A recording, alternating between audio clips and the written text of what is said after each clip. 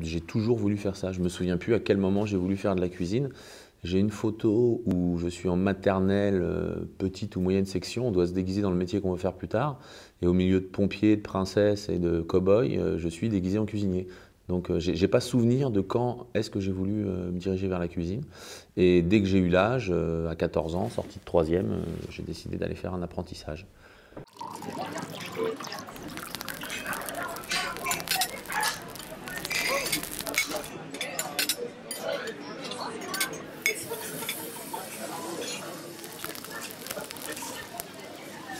On était une quarantaine à peu près dans la classe, j'étais le plus jeune, et c'était quand on avait raté mécanique, quand on avait raté sciences économiques et sociales, t'as tout raté, tu vas faire cuisine ou serveur. Quand vous êtes au travail, que ce soit en cuisine ou en salle, si vous n'avez pas de la passion, quand vous êtes au travail, quand les autres s'amusent tout le temps, le week-end, les fêtes, quand vous avez entre 15 et 20 ans, voilà, vous vous dirigez vers autre chose. Vous rentrez chez vous, vous sentez le poisson, vous êtes coupé les doigts, vous êtes brûlé, il est 1 h du matin, voilà, vous ne gagnez pas d'argent. Ma mère à l'époque avait été convoquée par monsieur Tornadidjo, s'il nous regarde, je lui passe le bonjour, mon prof de maths qui était mon prof principal, et je me souviens, il lui dit, mais madame, vous allez envoyer votre fils faire de la cuisine, mais vous savez, il peut apprendre un vrai métier. Il a les capacités d'apprendre un vrai métier, il a de bons résultats, il peut continuer ses études. Et ma mère a vu que voilà, c'est ce que je voulais faire. Bien qu'ayant des bons résultats à l'école, je voulais sortir de ce système scolaire de cours, on va dire, et j'avais vraiment envie de travailler. J'ai toujours beaucoup travaillé, mes parents travaillaient 7 jours sur 7, étaient brocanteurs, donc voilà, on travaillait beaucoup. Et moi, j'ai toujours eu cet exemple du travail, et j'avais envie vraiment de travailler. Et du coup, je me suis dit, l'apprentissage, c'est ce qui me convient le mieux. Il y a des bons apprentissages à faire chez les Étoiles Michelin, mais pas seulement. Ce qui est important, c'est une histoire d'homme, un apprentissage, c'est une transmission, c'est que le maître d'apprentissage, la maîtresse d'apprentissage qui va vous transmettre sa passion, son métier, déjà, elle en a envie, et que ce soit vraiment un échange et que lui soit réceptif aussi. Moi, je ne me suis pas mis dans les concours en me disant je vais gagner des concours. Je me suis mis dans les concours, je suis arrivé à l'Élysée il y a 20 ans maintenant, en juin 97, ça va faire 20 ans. C'est la première fois que je rencontrais un meilleur ouvrier de France. Joël Normand. Enfin, j'en avais rencontré chez M. Le Divelec, mais je n'avais pas travaillé avec. Et là, j'étais dans la brigade d'un meilleur ouvrier de France. Il m'a parlé des concours, il m'a parlé de tout ça. Et je me suis dit, bah tiens, oui, j'ai envie de faire des concours. Et je lui ai dit, bah chef, s'il y a des concours auxquels je puisse participer, n'hésitez pas, je serais intéressé. J'ai dit, putain, ces mecs-là, quand même, ils sont bien parce qu'ils prennent de leur temps. Moi, je ne savais même pas s'ils étaient payés ou quoi que ce soit pour les concours. Je ne connaissais pas du tout cet univers. Je ne savais pas qu'ils étaient tous bénévoles, qu'ils prenaient de leur temps, que la plupart du temps, ça leur coûtait même pour ceux qui arrivent de province à Paris ou pour ceux qui arrivent de Paris à province. Enfin voilà, c'est vraiment... et c'était une belle philosophie. Et puis un jour, c'est des chefs sur les concours qui m'ont dit, mais tu sais, tu devrais te présenter au concours de meilleur ouvrier de France. Moi, meilleur ouvrier de France, c'était tellement... bon voilà, c'était dans les concours de cuisine. On ne sait jamais ce qu'on vaut vraiment parce qu'on a toujours l'impression d'être en dessous de ce que les autres pensent. Et j'apprends que je suis en finale des meilleurs ouvriers de France, je suis sur un concours de cuisine. Je représente la France au Gualtiero Marchesi Award à Milan. Et il me dit, bah, et toi, t'es où? Je dis, bah, moi, je suis à la présidence de la République. Ah, la présidence? Mais il dit, t'as pas fait le MOF, toi? Bah, j'ai dit, si, j'ai fait le meilleur ouvrier de France. Il me dit, bah, tu viens faire un concours avant ta finale? Bah, je dis, bah, je sais pas si je suis en finale. Il me dit, ah bon, tu dis, bah, si, t'es en finale. T'étais au Touquet? Je dis, oui. Ah, il me dit, bah si, t'es premier à la viande, t'es sorti premier à la viande. J'étais sûr, on est sûr que t'es en finale. Parce que les jurys, à la fin, sans savoir qui était quoi, à la fin, une fois que les notes sont rendues, ils avaient parlé, et puis ils avaient parlé de mon plat. Et là, lui qui était en dégustation, il me dit, bah, on sait que le gars qui a fini premier à la viande, c'est le gars de la présidence. Bon, alors là, pour moi, ça y est, je me posais trop de questions. Le concours, le Gualtiero Marchesi Award, terminé, j'en vois, je pense plus du tout à mon concours, je suis plus du tout dedans, mais bon, on passe quand même un très bon moment. On rentre de Milan, et là, j'avais reçu en effet le courrier chez moi, comme quoi j'étais sélectionné pour la finale du meilleur ouvrier de France. Enfin, j'y croyais pas du tout, moi, que j'allais passer meilleur ouvrier de France à 25 ans. J'ai découvert un autre univers. Et la chance que j'ai eue sur ce concours, c'est que j'avais rien à perdre. Donc, j'ai pris tous les risques. À la fin de mon concours, il me restait rien, du sel, du poivre. Il fallait faire 8 pommes soufflées, j'avais emmené 8 pommes pour faire le soufflé. S'il me fallait 10 œufs, j'avais emmené 10 œufs. J'avais pris tous les risques. Voilà. Et puis moi, je pars du principe que de toute façon, ce concours de meilleur ouvrier de France, ça reste un grand brevet de maîtrise. Et ce qu'on veut voir, c'est si le gars, il maîtrise son métier. Et donc j'ai pris tous les risques. La tourte de canard, j'avais pas fait de bordure, j'avais une bordure de 1 mm. Donc si mon feuilletage bougeait de moins de 1 mm, ma tourte s'ouvrait. Et ma tourte s'est pas ouverte. Donc voilà, j'ai sorti une très belle tourte. Je me souviens encore de Régis Marcon qui appelle les jurys pour venir voir devant le four, on avait un tout petit four comme ça, ma tourte.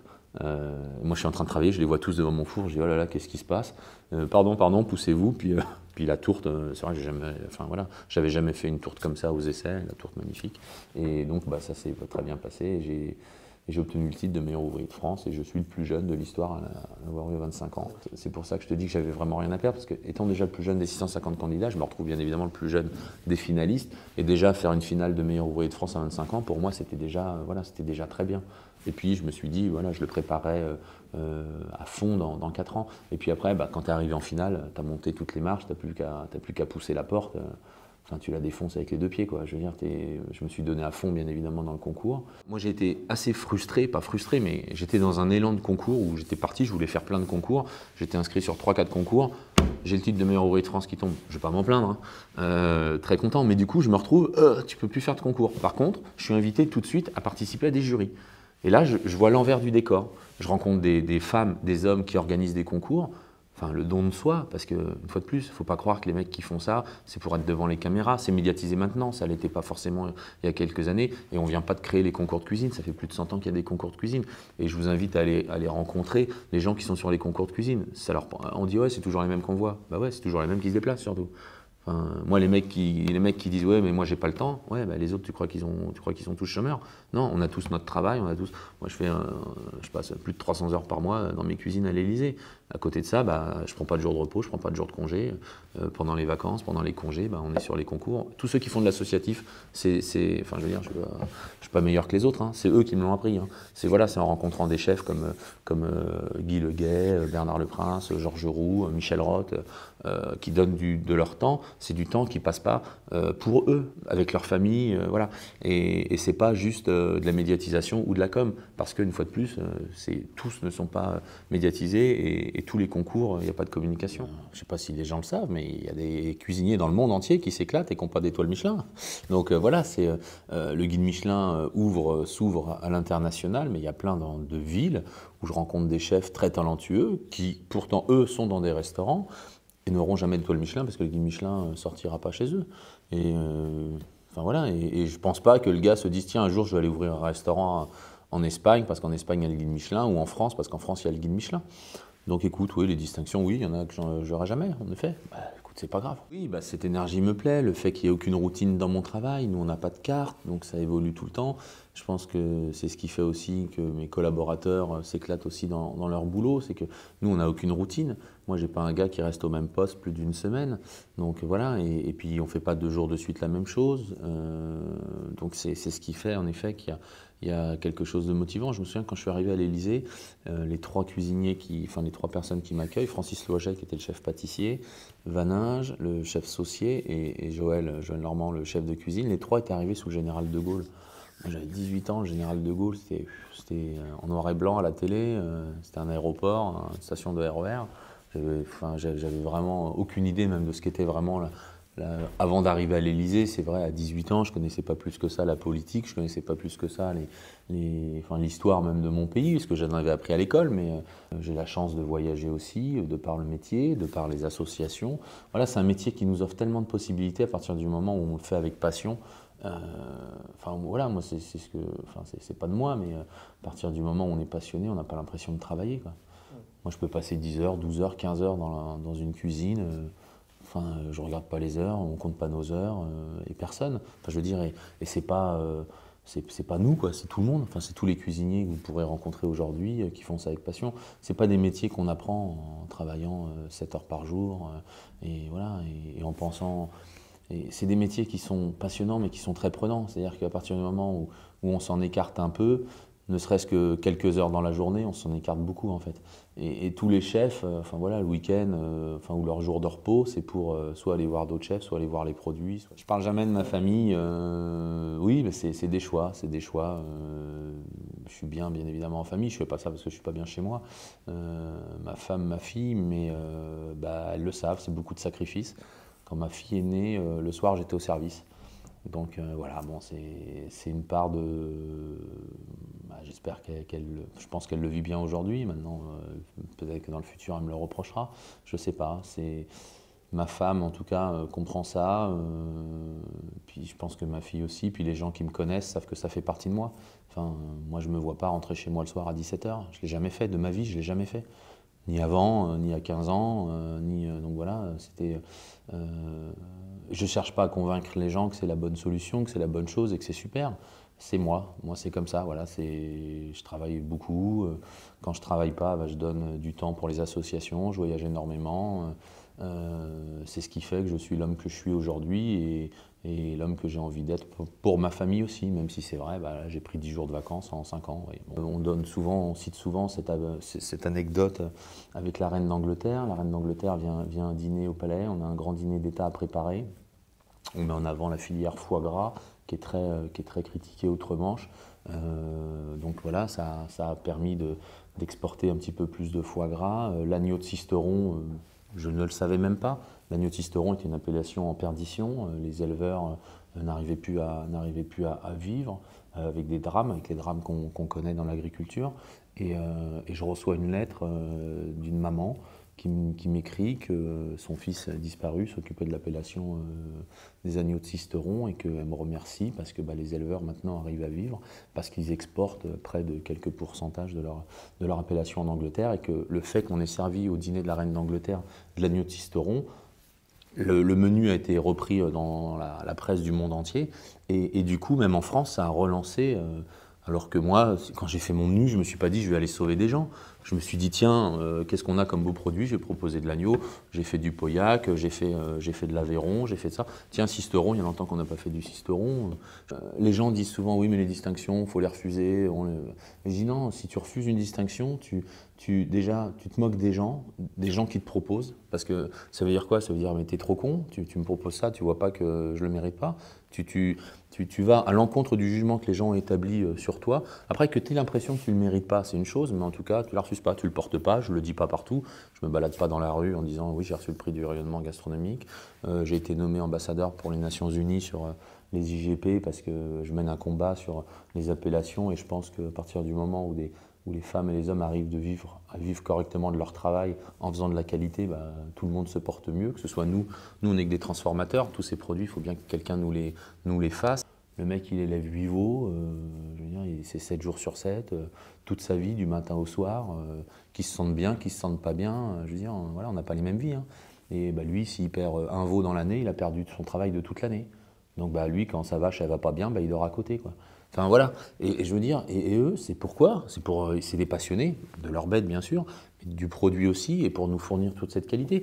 Et c'est tout ça, tous ces maillons mis bout à bout qui font cette belle chaîne et qui font le rayonnement de la France. Et moi, c'est un métier qui m'a tellement donné.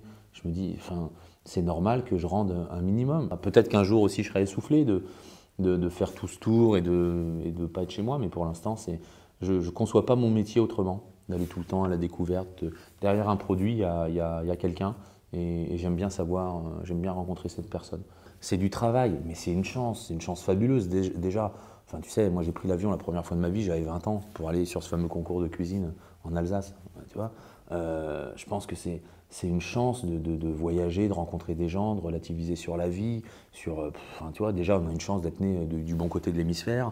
Je veux dire, toi tu ouvres le robinet, il y a de l'eau qui coule, hein, on ne se rend pas compte. J'ai fait le tour du monde, je suis allé dans des pays en Afrique, en Amérique du Sud, où les gens ils ont la banane, hein, et ils ont le sourire. Hein. T'as plus envie de te plaindre. Après, ça passe vite, hein, t'inquiète pas, tu rentres chez toi, 3 jours après, t'as oublié, tu gueules parce qu'il n'y a plus de coca au frais.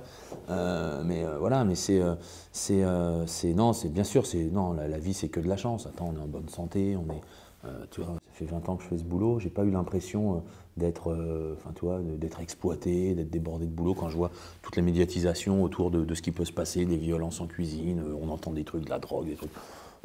Moi, c'est un monde que j'ai pas connu, quoi. Un monde violent dans la cuisine. C'est violent, la vie elle est violente, je veux dire, voilà, moi j'ai jamais été tapé, j'ai jamais été battu par mes chefs, au contraire, c'est des gars qui ont passé 15 heures, 16 heures, 17 heures par jour dans une cuisine avec moi pour m'apprendre quelque chose. Enfin, moi, j'ai jamais mangé dans un restaurant étoilé de ma vie, hein. Donc voilà, moi tous ces chefs que je voyais, Michel Roth, j'ai parlé avec Alain Dutournier il n'y a pas longtemps, j'ai fait mon apprentissage à côté de chez lui. J'allais l'après-midi voir si je le voyais à la sortie des cuisines. Je suis allé, en 2 ans, j'ai dû aller 50 fois ou 100 fois à la sortie de son restaurant avec le petit apprenti en salle pour voir si on voyait Alain Dutournier, qui était une immense star de notre époque. Et aujourd'hui, on se tutoie. J'ai mangé avec lui encore il y a 2 jours et je lui ai raconté cette anecdote il n'y a pas longtemps. Voilà, Michel Roth. Michel Roth qui est devenu un très très bon ami, un homme exceptionnel pour le temps qu'il donne aux autres, qui est le cuisinier le plus titré, qui pourrait être le cuisinier avec le plus gros melon de la Terre. Et c'est l'homme le plus simple qu'on puisse croiser sur Terre. Moi je me souviens, j'allais voir aussi à la sortie du Ritz quand j'étais chez Dibelec, si on le croisait, Guy Leguet, enfin voilà, c'est pas secret, c'est vrai que je m'intéresse beaucoup aux nouvelles technologies. Alors pas qu'aux réseaux sociaux, mais je trouve que les réseaux sociaux, ça permet de... les gens disent, ouais, on raconte sa vie sur les réseaux sociaux. Moi, je défie quiconque de connaître ma vie sur les réseaux sociaux. Personne ne connaît ma vie. Ce que vous connaissez, c'est seulement ce que je veux en dire. Par contre, ça casse vraiment les distances. Ça me permet de rester en contact. Vous voyez, par exemple, avec l'assiette gourmande, tous les gens qu'on rencontre, les bénévoles, tout ça, qu'on voit 1 fois par an, 2 fois par an, on a l'impression de ne pas se perdre de vue, de ne pas perdre le contact. Tous les chefs qu'on arrive à fédérer dans le monde entier.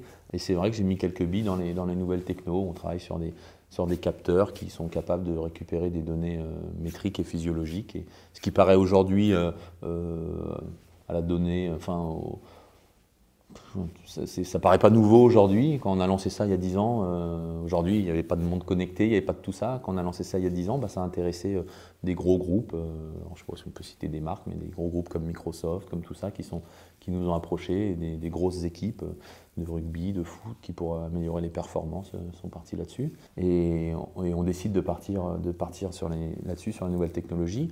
Personne n'y croit, personne nous suit. Et voilà, et pour la petite anecdote, donc la tablette Cook est sortie 6 mois avant le premier iPad. Et je me souviens que le ministre du numérique à l'époque passe à la télé en disant c'est dommage que les Français aient loupé le coche sur les tablettes tactiles. Et c'est la communication d'Apple qui appelle à Bercy pour dire écoutez, vous nous avez vraiment fait rire. Parce qu'il faut quand même qu'on vous dise, la première tablette tactile au monde qui est sortie, elle est française. De là, les services de Bercy nous appellent, alors que ça faisait des mois qu'on essayait de rentrer en contact avec eux, qu'on avait eu plusieurs rendez-vous avec des sous-conseillers aux sous-conseillers du sous-conseiller. Et voilà, et puis bon, c'est parti comme ça. Et puis heureusement, les mecs qui bossent là-dedans tous les jours, qui sont des passionnés, pareil, n'attendent pas de distinction, n'attendent pas de reconnaissance, et c'est juste de faire bouger les lignes, et puis ils y arrivent. Donc voilà. Donc oui, les nouvelles technos, ça m'intéresse. Je me suis mis au sport pas par envie, je me suis mis au sport, voilà, une histoire d'homme, pareil, j'ai rencontré des passionnés, des fous de boulot, des fous de sport. Quand les gens ils me disent non mais j'ai pas le temps de faire du sport, moi je rencontre des gens qui ont des entreprises, qui ont des 300 salariés, 400 salariés, qui bossent 15 heures par jour, qui le soir trouvent le temps de faire du sport le matin. Voilà. Une fois de plus, c'est comme le boulot, c'est comme tout, on peut toujours se trouver des excuses. Le sport ça m'a appris ça, le sport ça m'a appris la compétition, ça m'a appris à aller au bout de moi-même, ça m'a appris à jamais renoncer. Et pour rien, parce que alors là, pour le coup, enfin, tu vois, quand tu parles de récompense, quand tu fais un marathon, et puis qu'à la fin on te donne un Mars, une médaille, enfin tu vois, tu le fais pas pour la récompense, tu le fais pas pour que les autres ils disent ouais c'est super ce que tu as fait, tu le fais pour toi. Toi t'es pas capable de faire un marathon. Moi je suis pas capable de faire un marathon. Je dis toi t'es pas capable de nous trouver tiens les dossards pour tous ceux qui sont autour de la table. Les autres avaient rien demandé. Et ils nous trouvent les dossards et on part, on s'entraîne tous pour faire le marathon de New York il y a 4 ans, 5 ans et tout le monde se prend au jeu et là il se crée quelque chose dans le groupe aussi de sympa. Le sport ça amène ça aussi quand on va au bout des choses, dans la souffrance hein, parce que le sport c'est beaucoup de souffrance. J'ai fait 5h03, donc loin d'être une performance, mais je l'ai fait pour le finir, je l'ai fait pour dire que bah voilà, je suis quand même capable, c'est comme tout, c'est toujours plus facile de rester chez soi. Voilà, ça aurait été plus facile en effet de rester chez moi ou de me trouver des excuses, j'avais mal aux pieds, aux genoux, à la cheville, non, je l'ai terminé, bon voilà, c'était une bonne ambiance, voilà, c'est le sport.